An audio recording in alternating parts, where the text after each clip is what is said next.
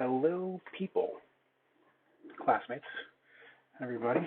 I think this is recording. Is it going? I hope so. Okay, so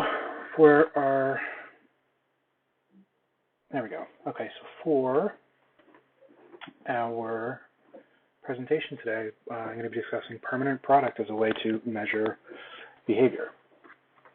Now, I know when I first got into the field, I was discussing with one of my supervisors at the time who had very challenging behaviors in the school. Some of the components of the case, and the question had come up as to what permanent product was the school producing to show that the student was progressing, because there was question as to whether or not the school was abiding by his IEP and providing services that were on the IEP.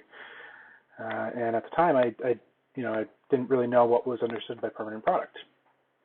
So obviously, as any good supervisor, what they would do is you'd be tasked to go and find out and learn about what permanent product was. So that was an interesting and enlightening thing, because when you think about measuring behavior, permanent product was not one that I typically thought about as being something other than school-based. So what is a permanent product? So a permanent product is when you measure behavior after it's occurred by measuring the impact that behavior has produced on the environment. So it's not a method for measuring current behavior. You're measuring the historical impact or the result of that behavior. Archaeologists gather a lot of information from dig sites, from the behavior of ancient civilizations as they dig them up, which is why they're super careful when digging things up to try to not disturb them, so they can analyze exactly the way things were 1,000, 5,000, however long back those sites might go to. And that also provides them information as to how to help maybe date something for investigations. So, fire marshals, when they go into homes that have burned down or fires that have occurred, they'll go in and they'll observe the permanent product that was left behind by the fire to potentially maybe glean some information as to what created the test. And, police officers and detectives might use it to determine a perpetrator or a suspect of a crime. And for school, so, written schoolwork.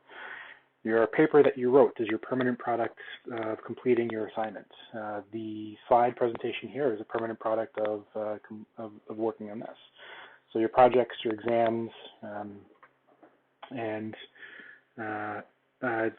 permanent products can be very versatile. So they can be contrived.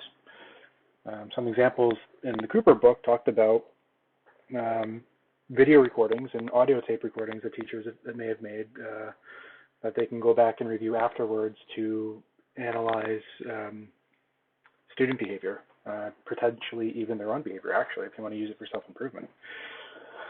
Also thinking about pictures. So pictures can be a contrived example of a permanent product. Your wedding pictures, your graduation pictures, your baby's first steps, first foods you've eaten, vacations or trips you may have gone on. So the contrived or permanent products, they can be very advantageous for us because we can review them after the fact. We can review them for variables that we may not have realized in real time, and going back and reviewing the permanent product that was generated, we can change our perspective or maybe see an antecedent that we may have missed when we were in the environment real time trying to collect data on a particular behavior. I would use an example of one of these weeks. We had to write a diary entry of the continuous recording for the boy Stephen that was in the room with an adult, and we had to discuss everything that we saw and just write what we had seen. And I know when I watched that video the first time, as I was writing and doing the continuous recording, I actually had to go back and watch it a few more times because I realized there were a few things that I had missed. For example, when he wanted the bubbles and was told that he had to put the bubbles back, he restated that he wanted to play with the bubbles. As I was writing, I missed that. I also missed at one point when he had the bubbles, he laughed, and when the adult went to go take them from him, he pulled them in closer to his body and turned his body and looked like he was turning it into a game. So that's definitely one huge advantage. You can go back and you can see the picture again.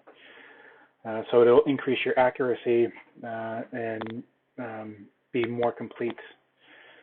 Also, it can be shared for others to view to help with the inter-observer agreement and treatment integrity to ensure that you're really using sound and most accurate intervention that the case calls for.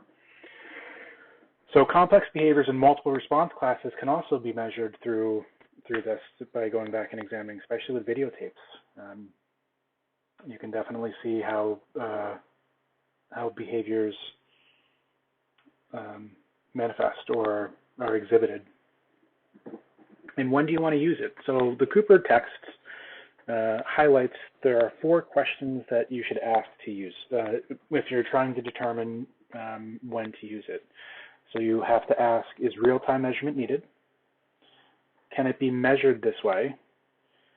If contrived, will it generate artifacts?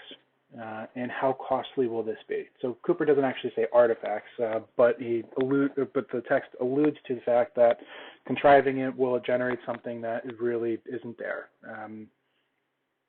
So will it lead to misinformation?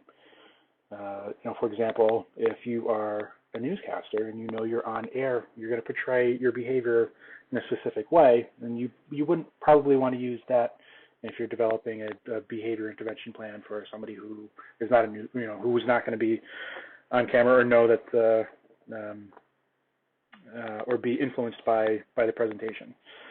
And I think the last question here with how costly will this be, as technology continually advances, I actually think that there's more and more permanent product of our behavior out there without us knowing it anyway. You walk into a store, you're recorded from the time you walk in to the time you leave.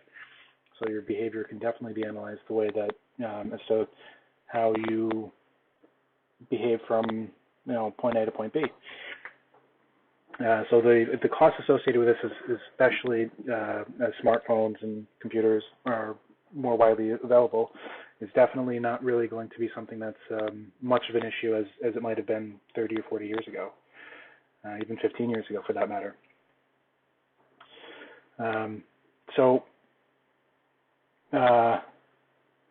Okay, so